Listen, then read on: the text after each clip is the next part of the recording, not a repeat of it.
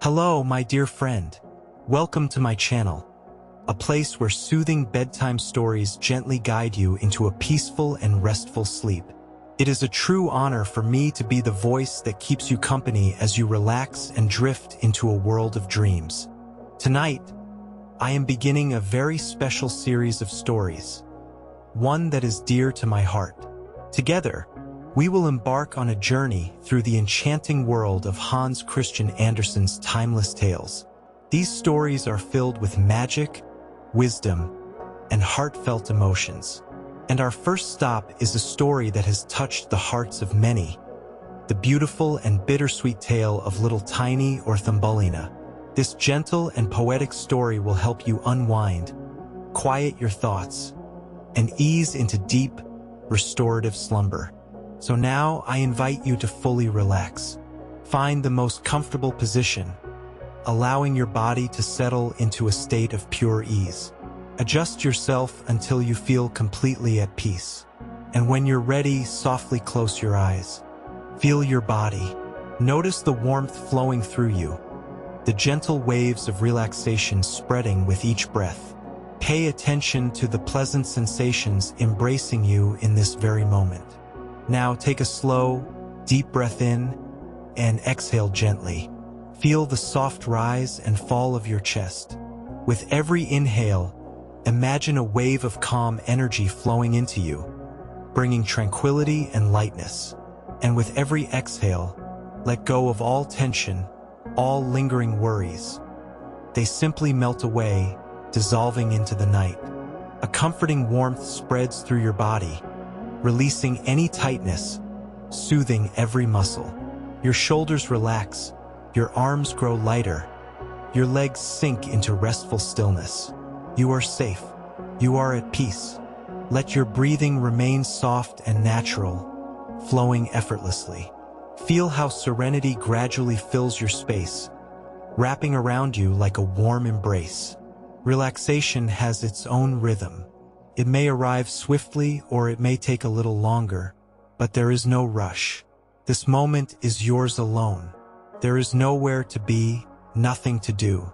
Just rest, wrapped in the safety and comfort of this quiet night. Perhaps you feel a gentle sense of gratitude. Gratitude for a beautiful moment today, for a kind thought, or simply for being present here and now in this peaceful stillness. Breathe at your own steady pace. Allow the calming energy to flow through you. Picture the world around you fading into a soft, serene mist. Imagine yourself floating on a cloud, weightless and free, carried with love and tenderness into the night. You are safe. You are warm. You are completely at ease. Let yourself simply be. Surrender to the silence. Feel your body sink deeper into rest, as every muscle loosens and releases the last traces of tension. Sense your back lengthening, your limbs growing light, your mind slowing down, welcoming the serenity of this moment. With every breath, you drift further into a deep state of calm. You surrender to the night, to the gentle pull of sleep. This is your time to rest. And now, let us begin our story. Here was once a woman who wished very much to have a little child, but she could not obtain her wish. At last she went to a fairy and said, "I should so very much like to have a little child. Can you tell me where I can find one?" "Oh, that can be easily managed," said the fairy. "Here is a barley corn of a different kind to those which grow in the farmer's fields, and which the chickens eat. Put it into a flower pot and see what will happen." "Thank you," said the woman, and she gave the fairy 12 shillings, which was the price of the barley corn. Then she went home and planted it, and immediately there grew up a large handsome flower, something like a tulip in appearance, but with its leaves tightly closed as if it were still a bud. "It is a beautiful flower," said the woman, and she kissed the red and golden-colored leaves. And while she did so, the flower opened, and she could see that it was a real tulip. Within the flower, upon the green velvet stamens, sat a very delicate and graceful little maiden. She was scarcely half as long as a thumb, and they gave her the name of Thumbelina, or Tiny, because she was so small. A walnut shell, elegantly polished, served her for a cradle. Her bed was formed of blue-violet leaves, with a rose leaf for a counterpane. Here she slept at night, but during the day she amused herself on a table, where the woman had placed a plateful of water. Round this plate were wreaths of flowers with their stems in the water, and upon it floated a large tulip leaf, which served Tiny for a boat. Here the little maiden sat and rowed herself from side to side, with 2 oars made of white horsehair. It really was a very pretty sight. Tiny could, also, sing so softly and sweetly that nothing like her singing had ever before been heard. One night, while she lay in her pretty bed, a large, ugly, wet toad crept through a broken pane of glass in the window and leaped right upon the table where Tiny lay sleeping under her rose-leaf quilt. "What a pretty little wife this would make for my son," said the toad, and she took up the walnut shell in which little Tiny lay asleep and jumped through the window with it into the garden. In the swampy margin of a broad stream in the garden lived the toad, with her son. He was uglier even than his mother, and when he saw the pretty little maiden in her elegant bed, he could only cry, "Croak, croak, croak. Don't speak so loud or she will wake," said the toad. "And then she might run away, for she is as light as swan's down. We will place her on one of the water lily leaves out in the stream. It will be like an island to her, she is so light and small, and then she cannot escape. And while she is away, we will make haste and prepare the stateroom under the marsh, in which you are to live when you are married." Far out in the stream grew a number of water lilies, with broad green leaves, which seemed to float on the top of the water. The largest of these leaves appeared farther off than the rest, and the old toad swam out to it with the walnut shell, in which little Tiny lay still asleep. The tiny little creature woke very early in the morning, and began to cry bitterly when she found where she was, for she could see nothing but water on every side of the large green leaf, and no way of reaching the land. Meanwhile the old toad was very busy under the marsh, decking her room with rushes and wild yellow flowers, to make it look pretty for her new daughter-in-law. Then she swam out with her ugly son to the leaf on which she had placed poor little Tiny. She wanted to fetch the pretty bed, that she might put it in the bridal chamber to be ready for her. The old toad bowed low to her in the water and said, "Here is my son. He will be your husband, and you will live happily in the marsh by the stream." "Croak, croak, croak," was all her son could say for himself. So the toad took up the elegant little bed and swam away with it, leaving Tiny all alone on the green leaf, where she sat and wept. She could not bear to think of living with the old toad, and having her ugly son for a husband. The little fishes, who swam about in the water beneath, had seen the toad and heard what she said, so they lifted their heads above the water to look at the little maiden. As soon as they caught sight of her, they saw she was very pretty, and it made them very sorry to think that she must go and live with the ugly toads. No, it must never be! So they assembled together in the water, round the green stalk which held the leaf on which the little maiden stood, and gnawed it away at the root with their teeth. Then the leaf floated down the stream, carrying Tiny far away out of reach of land. Tiny sailed past many towns, and the little birds in the bushes saw her and sang, "What a lovely little creature." So the leaf swam away with her farther and farther, till it brought her to other lands. A graceful little white butterfly constantly fluttered round her, and at last alighted on the leaf. Tiny pleased him, and she was glad of it, for now the toad could not possibly reach her, and the country through which she sailed was beautiful, and the sun shone upon the water till it glittered like liquid gold. She took off her girdle and tied one end of it round the butterfly, and the other end of the ribbon she fastened to the leaf, which now glided on much faster than ever, taking little Tiny with it as she stood. Presently a large cockchafer flew by. The moment he caught sight of her, he seized her round her delicate waist with his claws, and flew with her into a tree. The green leaf floated away on the brook, and the butterfly flew with it, for he was fastened to it and could not get away. Oh, how frightened little Tiny felt when the cockchafer flew with her to the tree. But especially was she sorry for the beautiful white butterfly which she had fastened to the leaf. For if he could not free himself, he would die of hunger. But the cockchafer did not trouble himself at all about the matter. He seated himself by her side on a large green leaf, gave her some honey from the flowers to eat, and told her she was very pretty, though not in the least like a cockchafer. After a time, all the cockchafers turned up their feelers and said, "She has only 2 legs. How ugly that looks." "She has no feelers," said another. "Her waist is quite slim. Pooh, she is like a human being." "Oh, she is ugly," said all the lady cockchafers, although Tiny was very pretty. Then the cockchafer who had run away with her believed all the others when they said she was ugly, and would have nothing more to say to her, and told her she might go where she liked. Then he flew down with her from the tree, and placed her on a daisy, and she wept at the thought that she was so ugly that even the cockchafers would have nothing to say to her.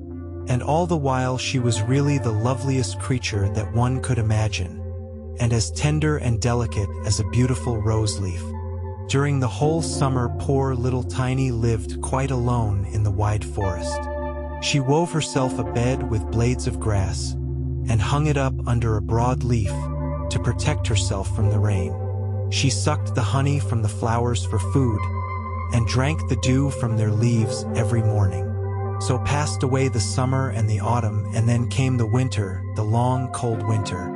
All the birds who had sung to her so sweetly were flown away, and the trees and the flowers had withered. The large clover leaf under the shelter of which she had lived was now rolled together and shriveled up. Nothing remained but a yellow withered stalk.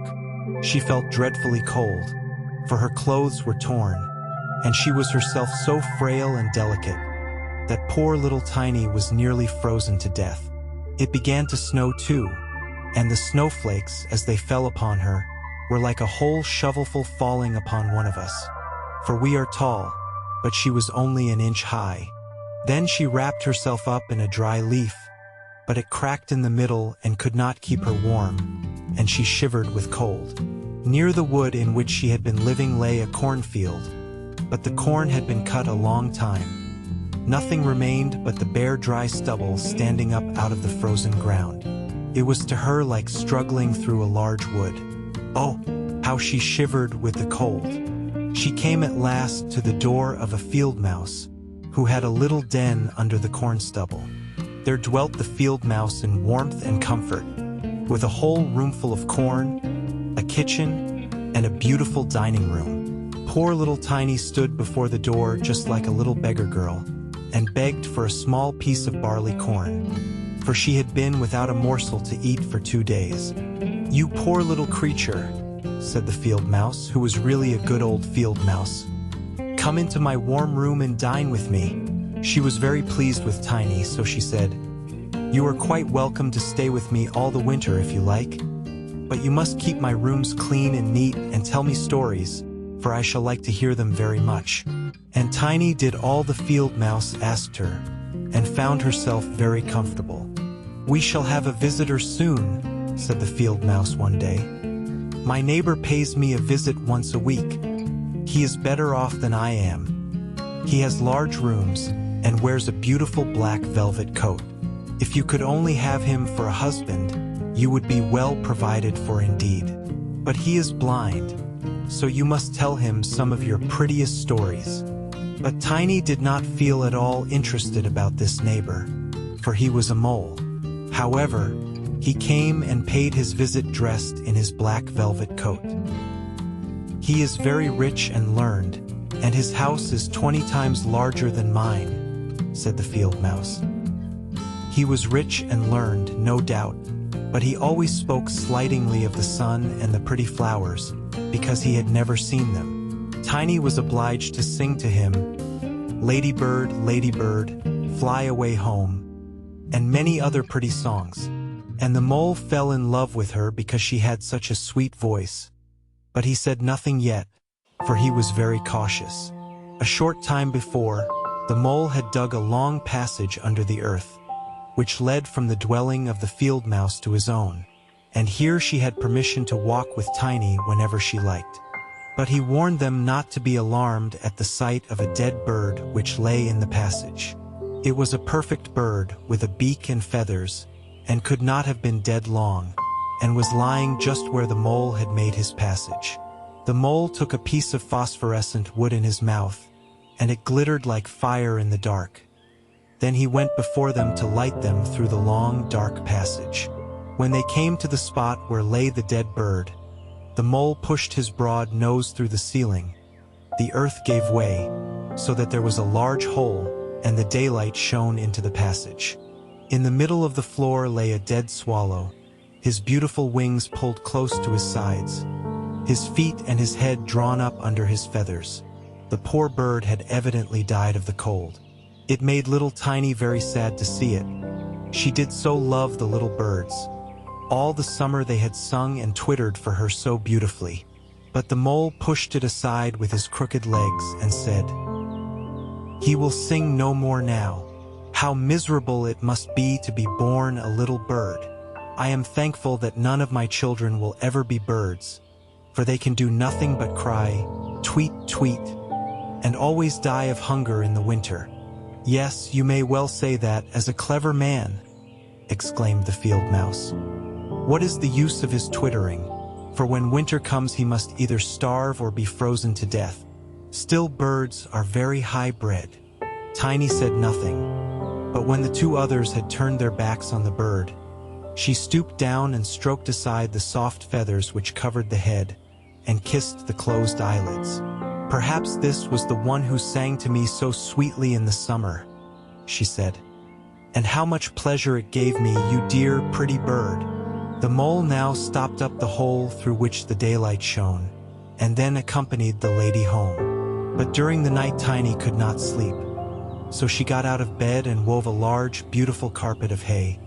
Then she carried it to the dead bird and spread it over him, with some down from the flowers which she had found in the field mouse room.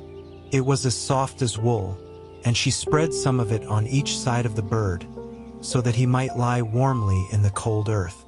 "Farewell, you pretty little bird," said she. "Farewell. Thank you for your delightful singing during the summer, when all the trees were green, and the warm sun shone upon us." Then she laid her head on the bird's breast, but she was alarmed immediately, for it seemed as if something inside the bird went thump, thump. It was the bird's heart. He was not really dead, only benumbed with the cold, and the warmth had restored him to life. In autumn, all the swallows fly away into warm countries, but if one happens to linger, the cold seizes it, it becomes frozen and falls down as if dead. It remains where it fell, and the cold snow covers it. Tiny trembled very much. She was quite frightened, for the bird was large, a great deal larger than herself. She was only an inch high, but she took courage, laid the wool more thickly over the poor swallow, and then took a leaf which she had used for her own counterpane, and laid it over the head of the poor bird. The next morning she again stole out to see him. He was alive but very weak. He could only open his eyes for a moment to look at Tiny, who stood by holding a piece of decayed wood in her hand, for she had no other lantern. "Thank you, pretty little maiden," said the sick swallow. "I have been so nicely warmed that I shall soon regain my strength and be able to fly about again in the warm sunshine." "Oh," said she, "it is cold out of doors now, it snows and freezes. Stay in your warm bed. I will take care of you." Then she brought the swallow some water in a flower leaf, and after he had drank, he told her that he had wounded one of his wings in a thorn bush, and could not fly as fast as the others, who were soon far away on their journey to warm countries. Then at last he had fallen to the earth, and could remember no more, nor how he came to be where she had found him. The whole winter the swallow remained underground, and Tiny nursed him with care and love. Neither the mole nor the field mouse knew anything about it, for they did not like swallows. Very soon the springtime came, and the sun warmed the earth. Then the swallow bade farewell to Tiny, and she opened the hole in the ceiling which the mole had made. The sun shone in upon them so beautifully that the swallow asked her if she would go with him. She could sit on his back, he said, and he would fly away with her into the green woods. But Tiny knew it would make the field mouse very grieved if she left her in that manner. So she said, "No, I cannot." "Farewell, then, farewell, you good, pretty little maiden," said the swallow, and he flew out into the sunshine. Tiny looked after him, and the tears rose in her eyes. She was very fond of the poor swallow. "Tweet, tweet," sang the bird, as he flew out into the green woods, and Tiny felt very sad. She was not allowed to go out into the warm sunshine. The corn which had been sown in the field over the house of the field mouse had grown up high into the air, and formed a thick wood to Tiny, who was only an inch in height. "You are going to be married, Tiny," said the field mouse.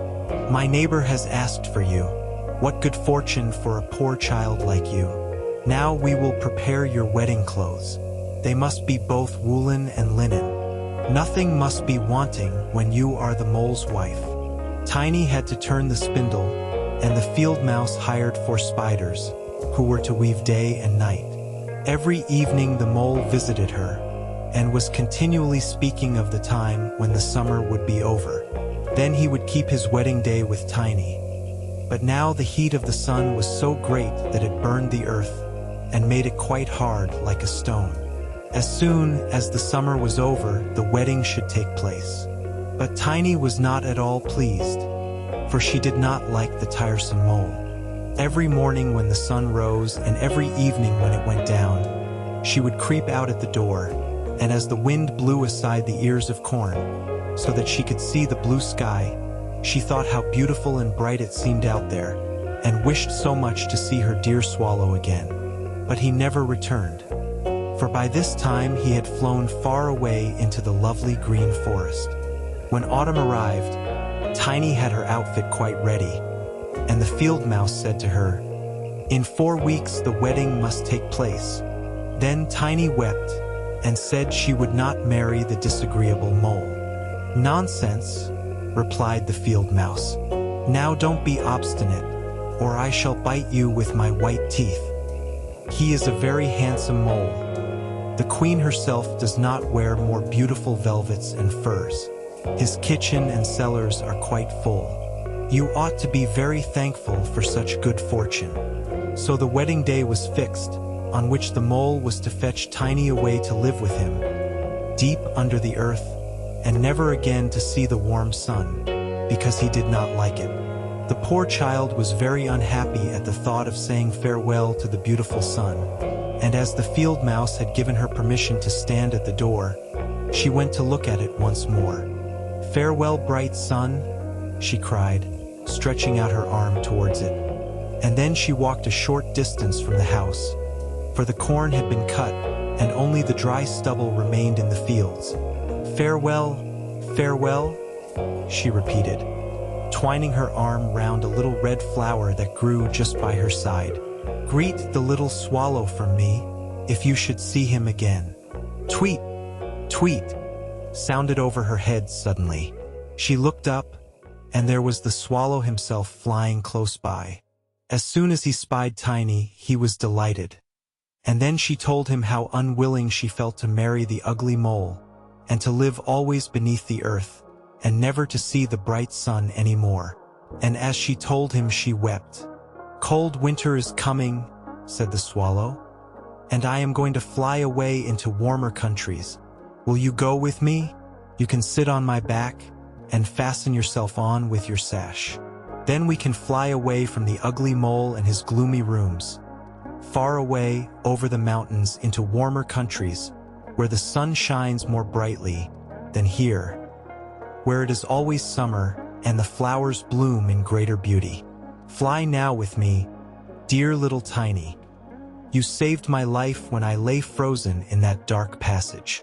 "Yes, I will go with you," said Tiny, and she seated herself on the bird's back, with her feet on his outstretched wings, and tied her girdle to one of his strongest feathers.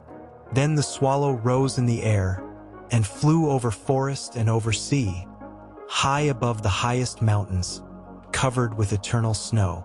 Tiny would have been frozen in the cold air, but she crept under the bird's warm feathers, keeping her little head uncovered, so that she might admire the beautiful lands over which they passed. At length they reached the warm countries, where the sun shines brightly, and the sky seems so much higher above the earth. Here, on the hedges and by the wayside, grew purple, green, and white grapes. Lemons and oranges hung from trees in the woods, and the air was fragrant with myrtles and orange blossoms. Beautiful children ran along the country lanes, playing with large gay butterflies. And as the swallow flew farther and farther, every place appeared still more lovely.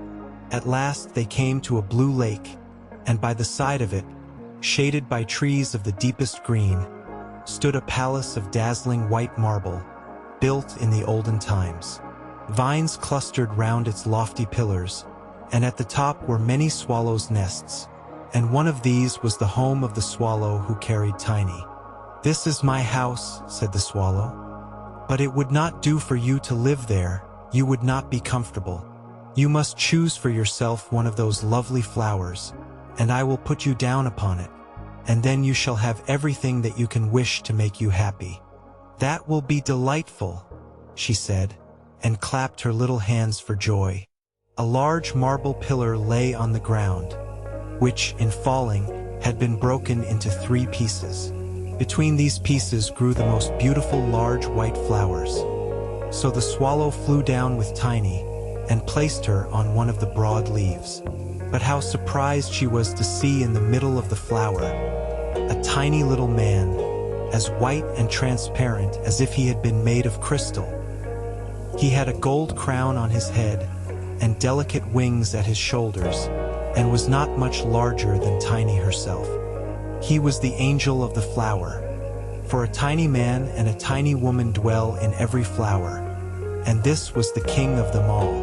"Oh, how beautiful he is," whispered Tiny to the swallow. The little prince was at first quite frightened at the bird, who was like a giant, compared to such a delicate little creature as himself. But when he saw Tiny, he was delighted, and thought her the prettiest little maiden he had ever seen. He took the gold crown from his head, and placed it on hers, and asked her name, and if she would be his wife and queen over all the flowers. This certainly was a very different sort of husband to the son of a toad, or the mole with my black velvet and fur. So she said, "Yes," to the handsome prince. Then all the flowers opened, and out of each came a little lady or a tiny lord, all so pretty it was quite a pleasure to look at them. Each of them brought Tiny a present, but the best gift was a pair of beautiful wings, which had belonged to a large white fly, and they fastened them to Tiny's shoulders, so that she might fly from flower to flower. Then there was much rejoicing, and the little swallow who sat above them in his nest was asked to sing a wedding song, which he did as well as he could. But in his heart he felt sad, for he was very fond of Tiny, and would have liked never to part from her again. "You must not be called Tiny any more," said the spirit of the flowers to her. "It is an ugly name, and you are so very pretty. We will call you Maya." "Farewell, farewell," said the swallow, with a heavy heart, as he left the warm countries to fly back into Denmark. There he had a nest over the window of a house in which dwelt the writer of fairy tales. The swallow sang, "Tweet, tweet," and from his song came the whole story.